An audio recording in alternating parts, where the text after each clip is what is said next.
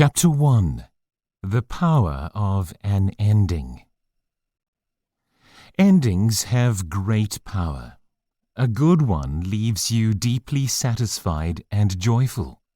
It just feels so right. But a bad one can leave you frustrated and disappointed. It wasn't supposed to end this way. I learned this the hard way. It was school sports day, and I was about to run in my first ever race, a 60-meter sprint. I was 6 years old, and to be honest, I made a really good start.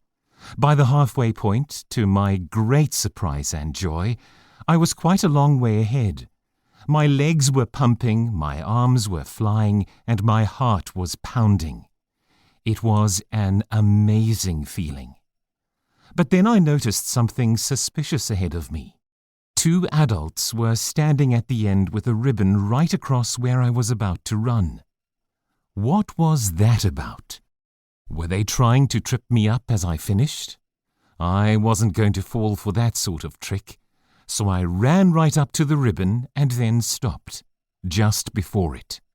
I raised my hands in triumph and turned around just in time to see all the other kids rush past me. I came last.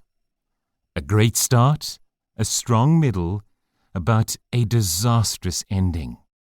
When my mum tried to console me by reminding me of my great start, it didn't help.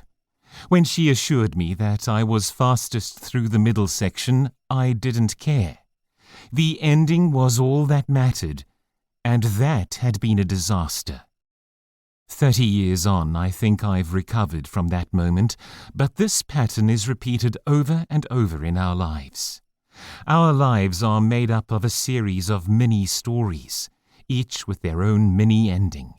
And these stories then weave together to make up the one big story of our lives, which builds towards one ultimate ending. The end has great power. We hope for happy endings for ourselves and for those we love. We go to a friend's wedding, celebrate their love, and hope they will live happily ever after. We watch our favorite sports team, get more and more excited as they get through each round, and shout with delight when they win the cup. Some happy endings are small. You get to the baker's just in time to buy the last donut. Others are bigger. Your house renovation is finished after 6 months of chaos and dust. And some are lifelong, the safe birth of a much-longed-for child. Some endings are really, really good, simply because the starting point was really, really bad. Sometimes it is only the thought of the ending that gives hope. Fairy tales. This is what makes fairy tales so enduringly popular. They take you on a journey from darkness to light, from night to day, from sorrow to joy. They are based on the idea of a hope-creating ending. You read them with this sense of security.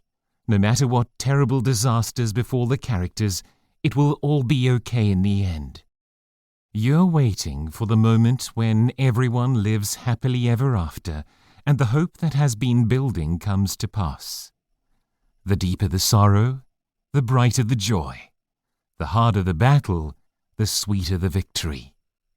These are the sorts of endings we look for in stories, endings that make sense of all the mayhem that has come before. These sorts of perfect endings resonate with something deep within us. Hope creating. Every parent who has taken their children on a long car journey has tasted this. The repeated question from the back seat is, "Are we there yet?"